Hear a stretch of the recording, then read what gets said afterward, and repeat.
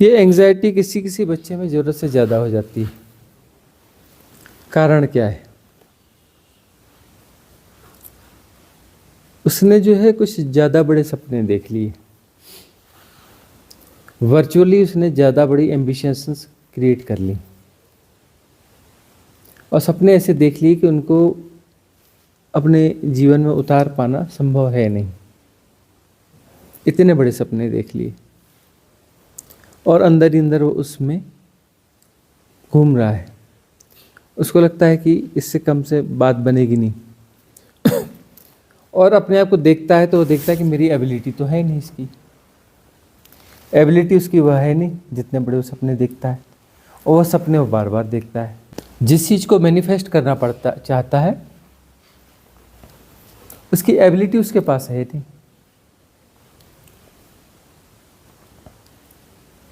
बात बनेगी कैसे? जबकि होना यह चाहिए था कि वह अपना जो है पढ़ाई लिखाई वगैरह जो भी कंपटीशन फाइट करना ये सब करता रहे, लेकिन उसको जो है स्ट्रेस न बनाए, महत्वाकांक्षाएं न बढ़ाए। उसको खेल खेल पे करता रहे, जो होना है वो होगा। यदि वो सहज होगा, वहाँ यदि सक्सेस नहीं हुआ तो उसे स्ट्रेस नहीं होगा। वो उसका खुलापन बना रहेगा तो कुछ और कर लेगा। बहुत सारे लोग हैं जो सहज रहते हैं, वो सक्सेस नौकरी नहीं लगी, अब सबको तो नौकरी लग नहीं सकती। भारत में 800 करोड़ लोग हैं, तो उसमें जो है साल में कितने लोगों को सरकार नौकरी देगी? 0.01% लोगों को, उससे ज़्यादा दे सकती है। सरकार ने तो नौकरी देनी नहीं है, नौकरी तो एक्चुअली आप देते हैं, आम आदमी देता है। उनकी तनख्वाह सरकार तो देती नहीं, आप देते हैं। यह वहम होता है कि सरकार देती है, इस कारण देश में समस्या है। सरकार तो एक जो है एक मैकेनिज्म है, एक सिस्टम है। नौकरियां आपको ही देनी है, सैलरीज आपको देनी है। यदि आप ज़्यादा एम्प्लॉइज रखवा रहे हैं अपने लिए तो आपको ज़्यादा महंगाई का सामना करना पड़ेगा। क्यों? क्योंकि आपको टैक्सेशन आपके ऊपर बढ़ जाएगा। सैलरी आप ही देते हैं, जितने भी गवर्नमेंट एम्प्लॉइज हैं उसकी सैलरी आप देते हो, उनकी पेंशन आप देते हो, हर आम आदमी देता है। लोग जो है सरकार को गिरा देते हैं, बोले इनको क्या दिक्कत हो रही है? सरकार को तनख्वाह बढ़ा देना चाहिए, यह बढ़ा देना चाहिए। अरे सरकार ने फैसला लेगी, वो आपके बिहाफ में फैसला लेगी। यदि उसने तनख्वाहें बढ़ा दी, पेंशन बढ़ा दी, मतलब वो आपको देना पड़ेगा। अब महंगाई आपकी बढ़ जाएगी, आपकी जेब पे भार बढ़ जाएगा। तो वह जो है आम आदमी को समझ में नहीं आता। उसको लगता है कि सरकार जो है चाहे जितने पैसे छाप ले, उसे क्या फ़र्क पड़ना है। यदि धन बढ़ेगा तो मुद्रास्फीति भी बढ़ जाएगी, है ना, उसका अवमूल्यन हो जाएगा, धन का अवमूल्यन हो जाएगा। कुछ देश है ना जो बहुत ज़्यादा धन छापते हैं, जैसे हमारे पड़ोसी देश हैं, इतना ज़्यादा प्रिंट करते हैं, वो मनमाना प्रिंट करते हैं। वहाँ की पब्लिक नहीं, सरकार भी ऐसा सोचती है कि क्या फ़र्क पड़ता है, छापो, है ना। तो वहाँ पर जो है वो नॉनवेज वगैरह बहुत चलता है ना, बकरी बहुत चलती है पड़ोसी मुल्क में। बकरे जो है 2-2, 3-3 लाख रुपए के बकरे मिलते हैं एक एक, वहाँ की मुद्रा में, है ना। आटा बहुत महंगा होता है वहाँ पे, बेसिक चीज़ें बहुत महंगी होती है। किराए का घर ढूंढना बहुत टेढ़ा मामला है वहाँ पे।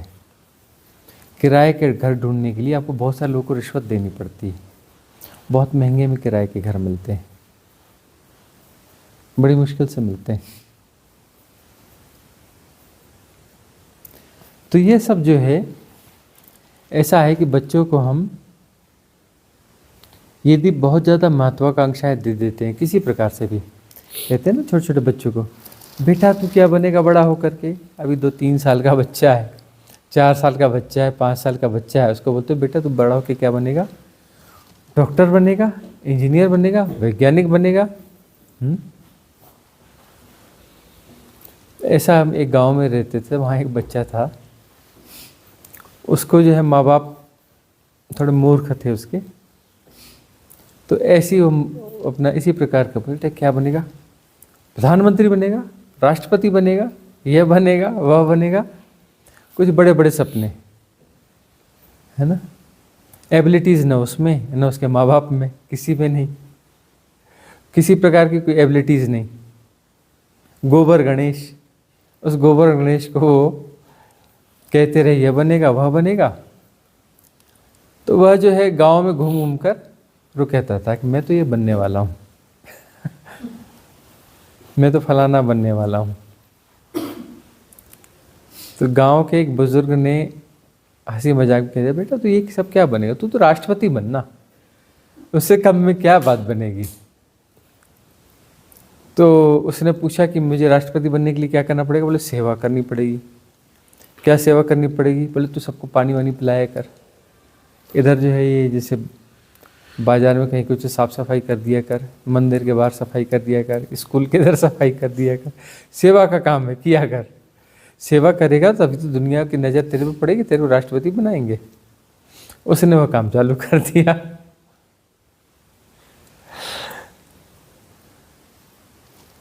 तो इस प्रकार की, अब वह तो खैर गोबर गणेश था तो उसको स्ट्रेस हुआ नहीं, गांव का माहौल था।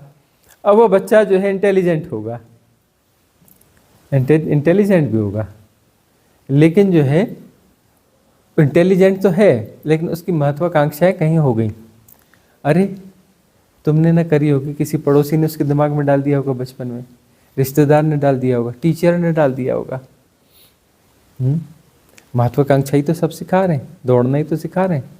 जो जितना तेज दौड़ता है उसको उतना अच्छा शाबाशी मिलती है। दौड़ना सिखा रहे हो इतना ज़्यादा, कुछ लोगों को तो इतनी ज़्यादा स्पीड की बात कह देते हैं हम कि अब जो है उसे फ़र्क दिखता है, गैप दिखता है,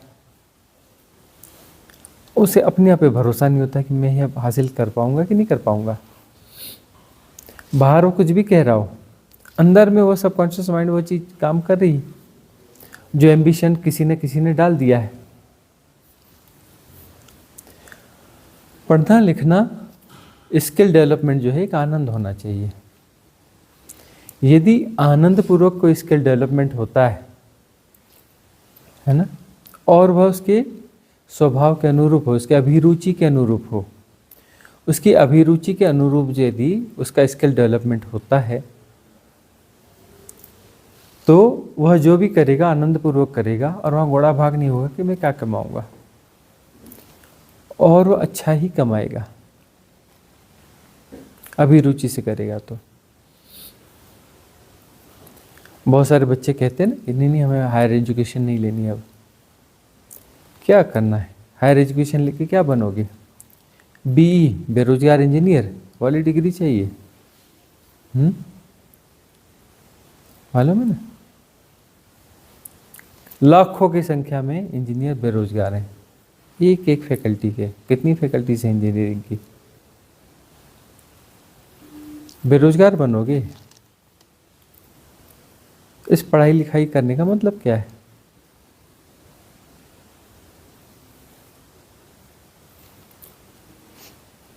तो हम उन्हें जो है डराते हैं, पढ़ने के प्रति बहुत वो आगाह करते हैं कि बेटा फर्स्ट डिवीजन आना, बेटा फलाने टॉप में आना, तभी बात बनेगी, नहीं तो तुम पिछड़ जाओगे। अब ये हिप्नोटिज्म उसके अंदर बैठ गया है। कहाँ से बैठा, क्या बैठा, ये ढूंढने की बात है, लेकिन बैठ तो गया है।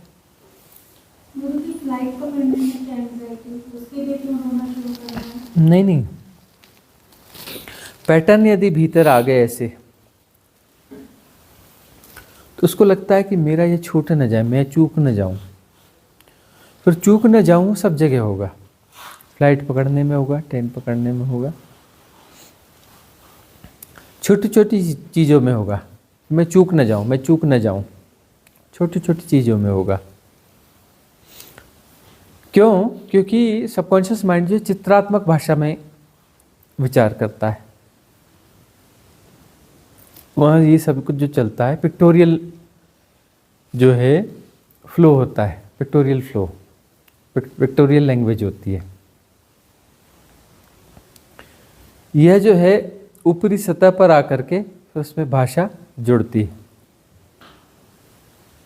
ये जो विचार है ना, विचारों जो सरफेस पर जो चलते हैं ना विचार, वो शब्दों के साथ दिखते हैं। भीतर जैसे जैसे जाओगे ना, वहाँ शब्दों वाले विचार नहीं चलते, वहाँ पिक्टोरियल लैंग्वेज चलती है। तो पिक्टोरियल लैंग्वेज में जो है वहाँ पर ये बात निकलती है कि मैं चूक ना जाऊँ, है ना। तो सपने आते हैं कि वह जो चूक गया, गिर गया, फिसल गया, है ना, उसके हाथ से छीन लिया गया, इस प्रकार के सपने आते हैं फिर इनको। अब जो है इसका इलाज क्या है?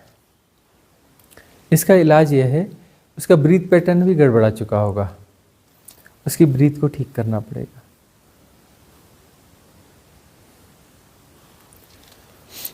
लाओ से हुए हैं ना, सुना है ना, चाइना में हुए हैं, बुद्ध से पहले हुए हैं।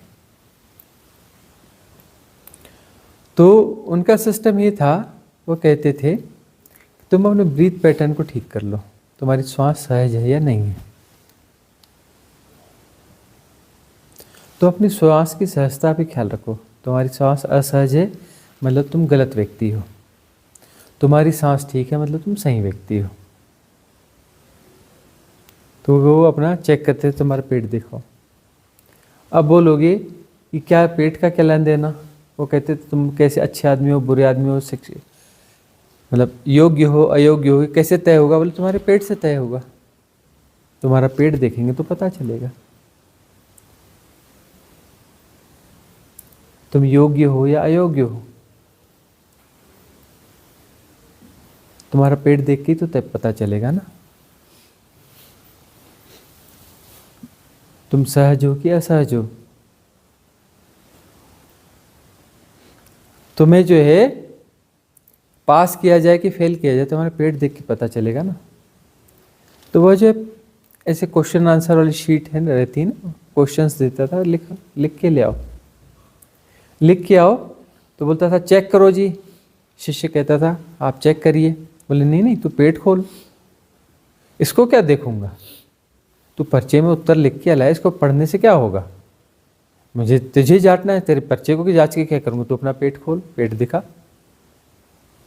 अब ये बात आपको जमेगी नहीं।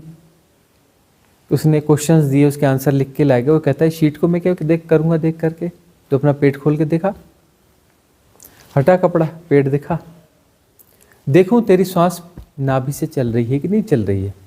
नाभि से चल रही है तो कहता था हाँ पास, श्वास इधर से चल रही है, बोले तूने कुछ भी लिखा हो तू फेल हो गया। उसमें क्या लिखा, उसको पढ़ के मैं समय क्यों खराब करूँगा, उसको पढ़ने से होगा क्या। तू सही है कि नहीं सही है, तू सही है तो जो लिखा होगा सब सही है, तू गलत है तो तुझने जो भी लिखा होगा सब गलत है। तो पेट से देखता था, श्वास कहाँ से चलनी चाहिए, पेट से। हम देखते हैं बहुत सारे लोग की श्वास इधर से चलती है, यहीं से लौट जाती है, ऐसी श्वास चलती है। कहाँ से चल रही श्वास, पेट से चलनी चाहिए श्वास। पेट से यदि श्वास चल रही है तो तुम सही हो, तुम्हारी श्वास यदि छाती से चल रही है तो तुम गलत हो, तुम अयोग्य, तुम गड़बड़ है तुम्हारे भीतर। तो जो है उसके ब्रीदिंग को नॉर्मल करना होगा। ब्रीथ नॉर्मल करने के लिए बहुत सारी चीज़ें हैं। एक तो उसे भरोसा देना पड़ेगा कि बेटा डरने की कोई बात नहीं,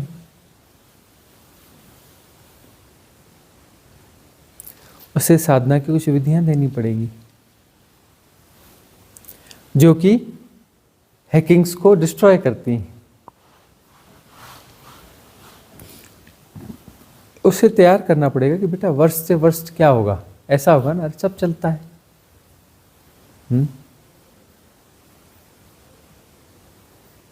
अल्बर्ट आइंस्टाइन लगातार फेल होते रहे, बड़ी मुश्किल से धक्का पेल करके पासिंग मार्क्स जो है आते रहे। कभी 1 साल में कोई क्लास पास हुई, कभी 2 साल में पास हुई, कभी 3 साल में पास हुई, कितने स्कूलों से उन्हें निकाला गया, बड़ी मुश्किल से कर करके। उन्हें जो शिक्षा अर्जित करी थी उसमें उन्हें कोई चपरासी रखने के लिए तैयार नहीं था, प्यून के लिए भी तैयार नहीं थे उसको रखने। हाँ, और वो इतने बड़े साइंटिस्ट हुए। तो ये समझने की बातें हैं कि हम इस हिप्नोटिज्म में क्यों पढ़े हैं कि हमें जो है एक नौकरी चाहिए, डॉक्टर बनना, इंजीनियर बनना, फलाना बनना। ये डॉक्टर इंजीनियर नहीं है, बहुत ज़्यादा बढ़ गया है। अरे सहजता से जियो। डॉक्टर इंजीनियर तुम्हारे यहाँ नौकरी करेंगे।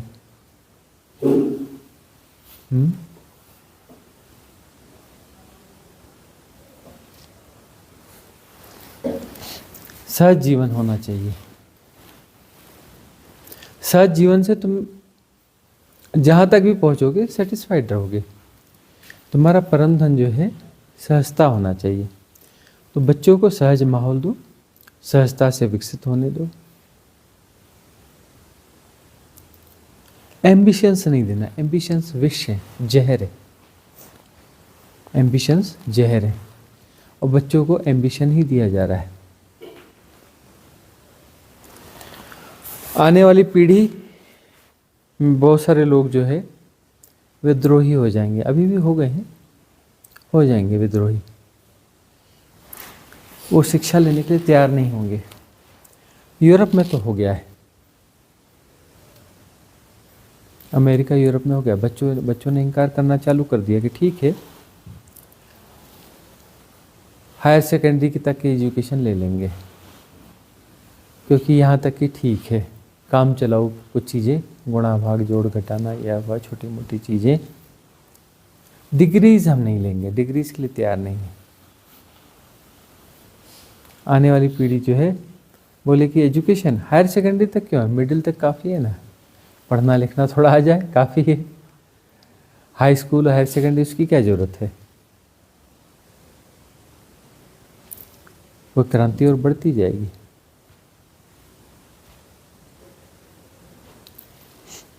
ऐसे स्कूल्स की ज़रूरत नहीं है। ओशो ने एक कॉन्सेप्ट दिया था, नो स्कूल स्कूल, है ना।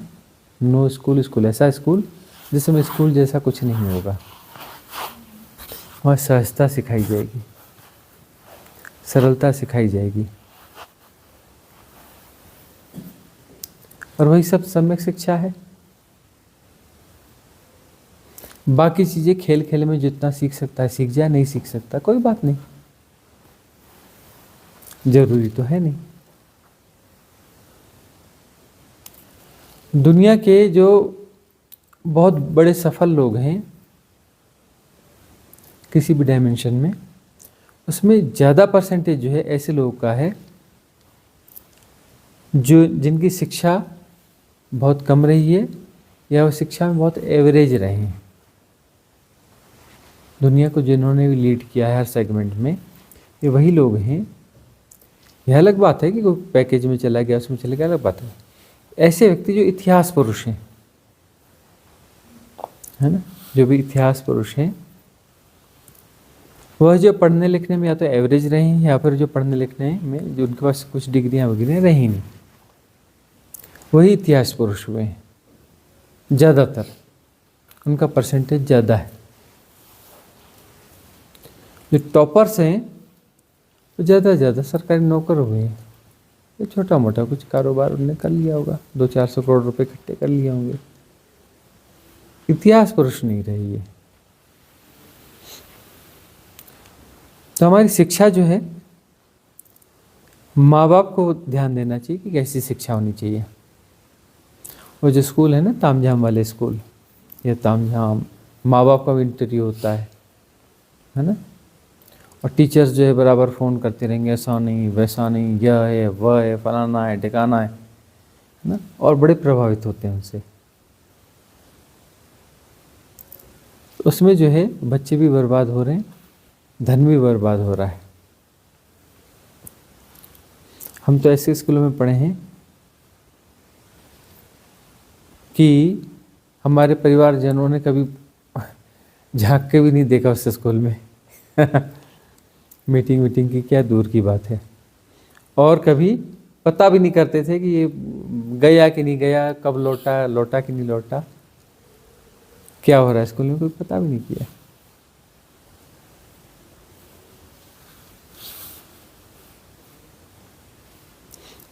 एक आते हैं मुकेश जी, उन्होंने बड़ी साधारण सी शिक्षा ले पाए, संघर्ष वाली परिस्थितियां थी,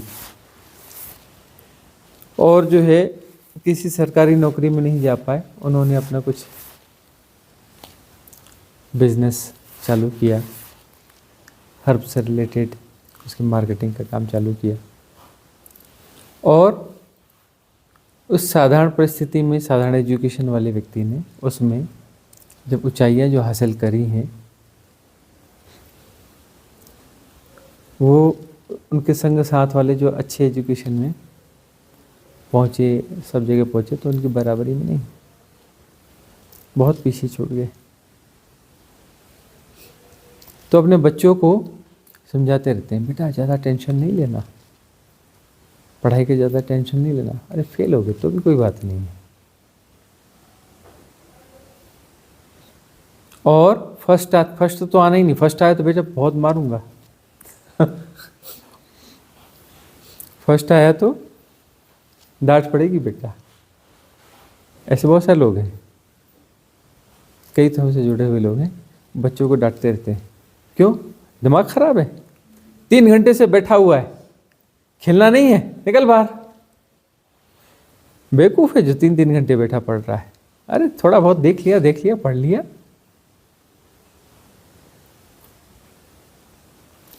खेलने का समय और बैठ के पढ़ रहा है। जाओ बाहर, घूमो फिरो, खेलो कूदो। खेलने कूदने के दिन है, किताबों में बर्बाद कर देगा, आंखें फोड़ लेगा अपनी। चल निकल बाहर। तो हम जो भी महत्वाकांक्षाएं दे रहे हैं, और शिक्षा जो है महत्वाकांक्षी शिक्षा है, ये गलत एजुकेशन है। इस एजुकेशन ने यूरोप और अमेरिका को कहाँ पहुँचा दिया? हर मोहल्ले में 3-3, 4-4 साइकाट्रिस्ट हैं, हर मोहल्ले में, है ना। और वहाँ की गवर्नमेंट चाहती है कि विदेश से भी लोग यदि आए, कोई साइकाट्रिस्ट आके बसना चाहता है तो हम उसको बसाएंगे, कि मोहल्ले में कम साइकाट्रिस्ट हैं, एक मोहल्ले में 3-4 है, कम से कम 10 तो होने चाहिए ना, हर मोहल्ले में 10-12 साइकाट्रिस्ट तो होने चाहिए ना। एक मोहल्ले में सब 3-4 हैं, अपॉइंटमेंट मिलता नहीं। बोलते हैं कि हाँ अपॉइंटमेंट लो, अगले हफ्ते नंबर आएगा।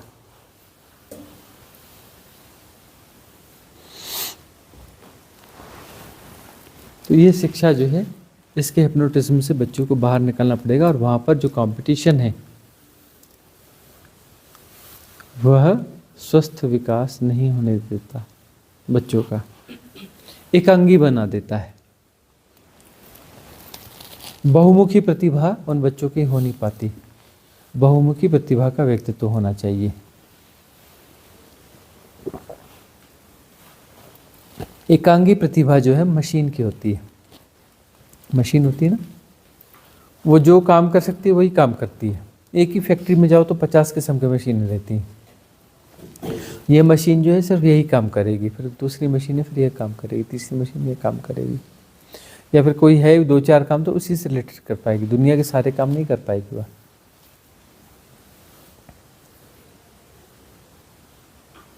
केमिकल इंडस्ट्री की अलग होगी, फूड प्रोसेसिंग यूनिट है तो उसकी मशीन अलग होगी। कुछ जो है टूल मेकिंग सिस्टम की मशीनें होंगी वो अलग होगी, सबकी मशीनरीज अलग अलग होंगी।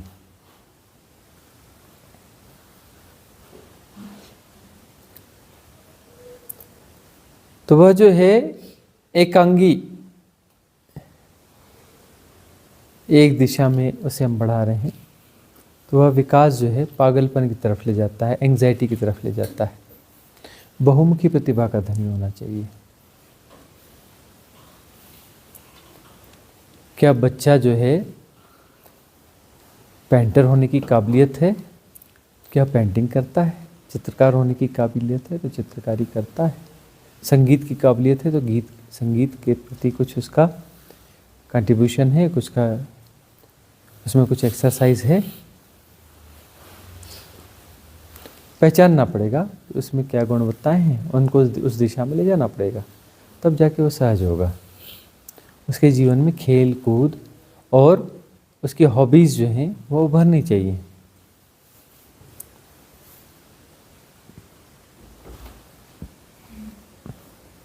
और प्रकृति से प्रेम जरूर होना चाहिए। प्रकृति के प्रेम की यदि शिक्षा नहीं है तो वह जो है मनुष्य हो ही नहीं पाएगा, ज़ॉम्बीज़ हो जाएगा। बच्चों को प्रकृति का प्रेम सिखाया जाना चाहिए। सनातन की जो परंपराएं रही, देखा नहीं, नदियों की पूजा, पेड़ों की पूजा, पहाड़ों की पूजा, सूरज चांद तारे की पूजा। अरे किसी बहाने जुड़ तो सही। सूरज चांद तारे को चारों को देखा तो कर, आकाश तत्व को देखा तो कर। नदियों में स्नान करना जरूरी है, फलाना ये, तो बहाने कर प्रकृति के बीच में जा तो सही स्नान करने के लिए। पहाड़ों पे बना दिया तीर्थ स्थान की, पहाड़ पे चढ़ के जाओ, जाएगा तो सही पहाड़ों पर। पेड़ों की पूजा, यह वह, प्रकृति से जुड़ो। प्रकृति पूजक धर्म रहा है और इसलिए हम बार बार कहते हैं प्रकृति परमात्मा का सबसे सौम्य द्वार है। प्रकृति का सानिध्य बहुत जरूरी है। वहाँ तुम सहज हो पाते हो, सरल हो पाते हो, वहाँ तुम फैल पाते हो।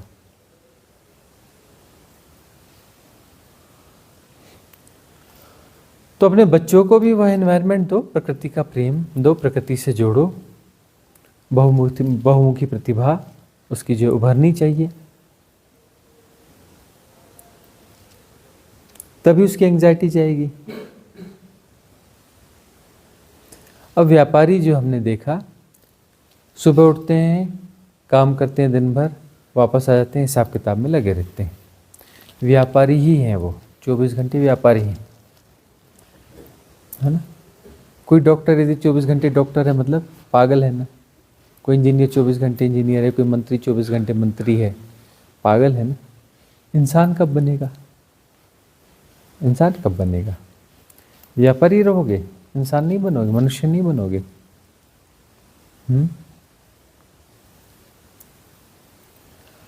तुम हो परमात्मा और तुम कहते हो नहीं जी मैं परमात्मा नहीं, मैं तो डॉक्टर हूं, है ना। अपने परमात्मापन को तुमने इनकार कर दिया और क्या हो गए, एक क्षुद्र से डॉक्टर, है ना। ऐसे न जाने कितने डॉक्टर हैं, लाखों की संख्या में, और लोग उन्हें गालियां देते हैं आज की तारीख में।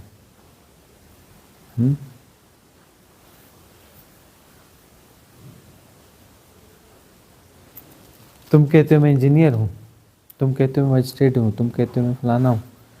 आदमी कब बनोगे? लोग जो दफ्तर से घर आ जाते हैं लेकिन वही बने रहते हैं, घर आ जाते हैं तो भी व्यापारी बने रहते हैं। आदमी कब बनोगे? अब तुम इंसान के रूप में आए हो, मनुष्य के रूप में आए हो, तो मनुष्य भी नहीं हो, एंग्जाइटी नहीं होगी। तुम जिस भूमिका को निभाने के लिए आए हो उस भूमिका को नहीं निभा रहे हो तो एंग्जाइटी तो होगी होगी जरूर। वो बच्चा जो है ज़रूरत से ज़्यादा चिंता फिक्र करता होगा, पढ़ाई, शिक्षा, कैरियर, ज़रूरत से ज़्यादा चिंता करता होगा। तुम जो उन्हें जो है किसी वासना के साथ में अलाइन कर देते हो, उसके परिणाम, दुष्परिणाम तो आने ही आने। यदि वो सफल भी हो गया, वो बच्चा सफल भी हो गया, तो भी दुष्परिणाम ही है ना। वो डॉक्टर बनेगा, इंजीनियर बनेगा, मतलब पहले आदमी था, अब डॉक्टर हो गया, अब इंजीनियर हो गया, है ना। डिमोशन है कि प्रमोशन है? डिमोशन है ना। पहले मनुष्य था, अब एक मशीन हो गया, एक रोबोटिक पैटर्न में समा गया।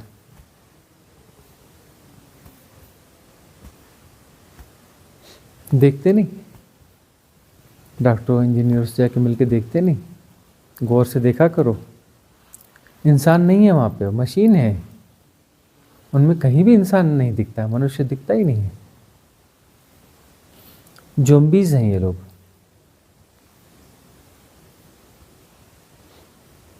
अपनी सहजता को हम खो देते हैं।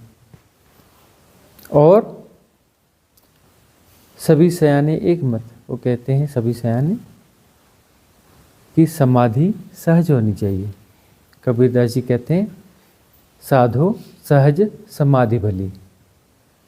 समाधि सहज है तो ही भली है।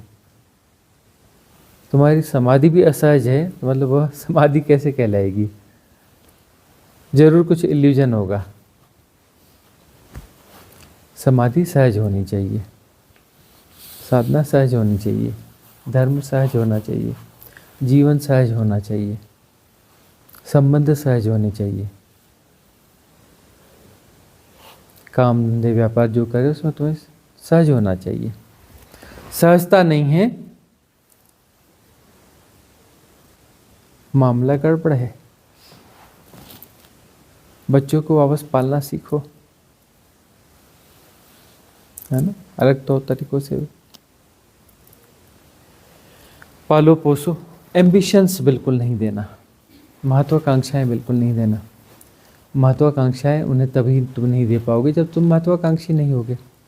तुम यदि महत्वाकांक्षी हो रहे हो और तुम्हारी महत्वाकांक्षाएं तुम पूर्ण नहीं कर पाए, तुम अब बच्चों को यूज़ करोगे।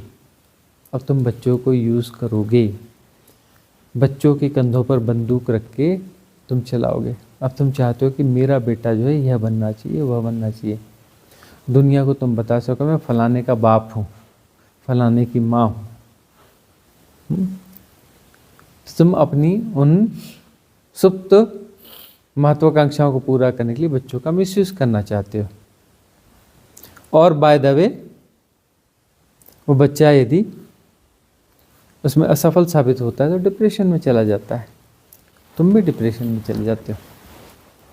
और महत्वाकांक्षा से भरा हुआ समाज जो है कितना कुरूप होता है यह तुम्हें दिखता नहीं। जितना कुरूप समाज है अभी, कभी सुना तुमने बाप दादों से इतना कुरूप समाज कभी हुआ? पहले महत्वाकांक्षाएं कम थी तो कुरूपता कम थी, अब महत्वाकांक्षाएं ज़्यादा हो गई, कुरूपता ज़्यादा हो गई। मुसीबत में कोई इंसान पड़ा हुआ है तो कोई उसकी हेल्प करने के लिए तैयार नहीं। ये महत्वाकांक्षी समाज के लक्षण है।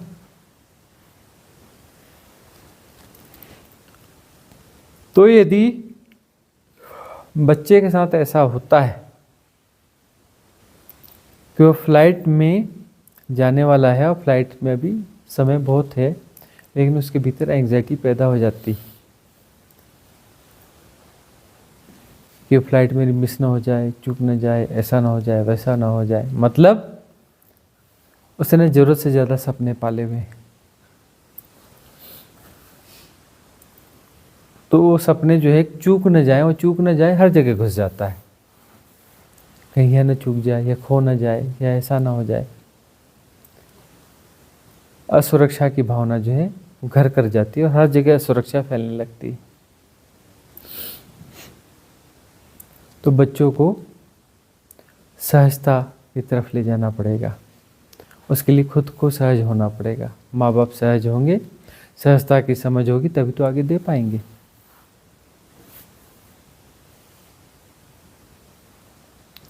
यह दुष्ट चक्र जो है बहुत जल्दी तोड़ना होगा, दुष्ट चक्र बहुत जल्दी तोड़ना होगा। नहीं तोड़ेंगे तो बहुत बुरी परिस्थितियां तैयार खड़ी हैं। बहुत सारे बच्चे फैंटेसी में जी रहे हैं, कल्पनाओं में जी रहे हैं। इतने हो जाता है तो उसके बाद तो फैंटेसी आकर्षित करने लगती है उन्हें। फैंटेसी वाले वो सब नहीं आते तुम्हारे सीरियल बच्चों के, ऐसा है, वैसा है, फलाना है, उड़ने वाले है ना बच्चे, आकाश में घूमने वाले बच्चे, एक घूसा मारें और अपना जो है धरती पे छेद कर दें, एक घूसा मारें और पेड़ गिरा दें। उल्टे सीधे फैंटेसी।